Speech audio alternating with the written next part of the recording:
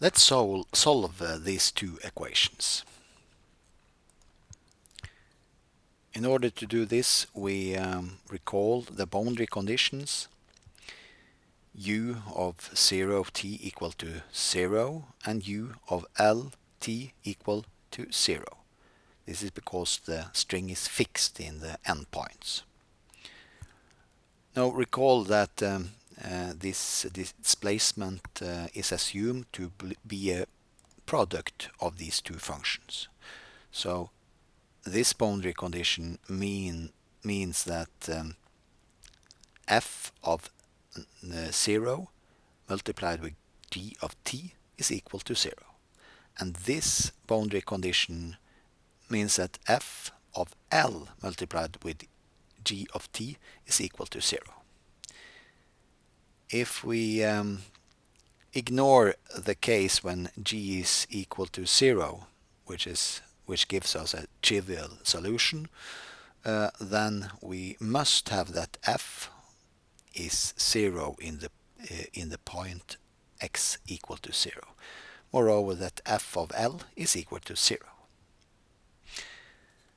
Now we consider different values of the constant k.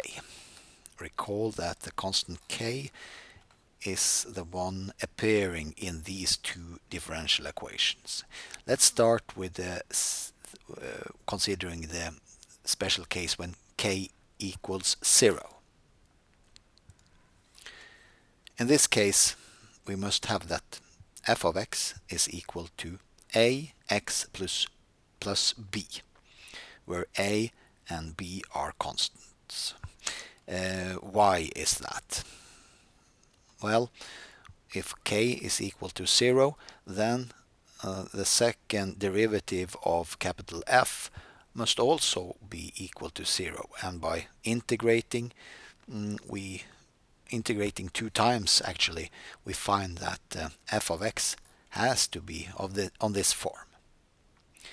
If we now use this condition, f of 0 equal to 0, what happened then? Then we put 0 into this expression. X equal to 0 gives that b must be 0. Moreover, if we put f of L equal to 0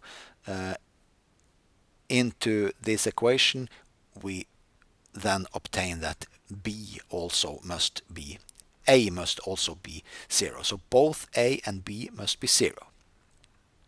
And this gives that f of x is identically equal to 0 for all x. And this means that this product, which is the solution u, must also be equal to 0. So this gives us a trivial solution, which we may ignore. So let's consider the case when k is different from 0. And there are 2 cases. Either k is larger than 0 or less than 0. Let's consider the first case. If k is a positive number, then it must be the square of mu, where mu is any number. Any number different from 0. So in this case, we have, if we go back to this equation, we put k equal to the square of mu square.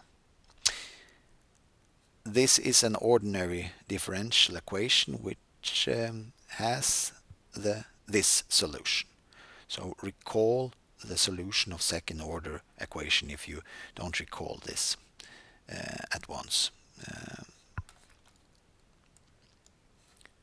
And this is why we have now a positive value of k.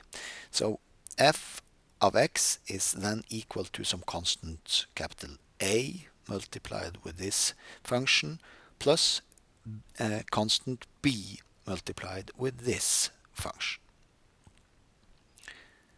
So this is due to the characteristic equation, which is on this form, very simple form. So let's now put x equal to 0 into this. Then we obtain that f of 0 is equal to a plus b. It must be equal to 0, as we have said earlier.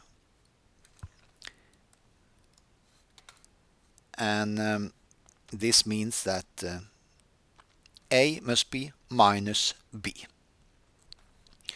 So if we just put b in equal to minus a into this expression, we obtain this expression. Now, we also know that f of L must be equal to 0, and this gives that f of L is equal to a, this constant, multiplied with this function. And note that this function must be different from 0. And why is that? Yes, you know, mu is a positive, strictly positive or negative number. At least it's not 0. So then this value and this value is different.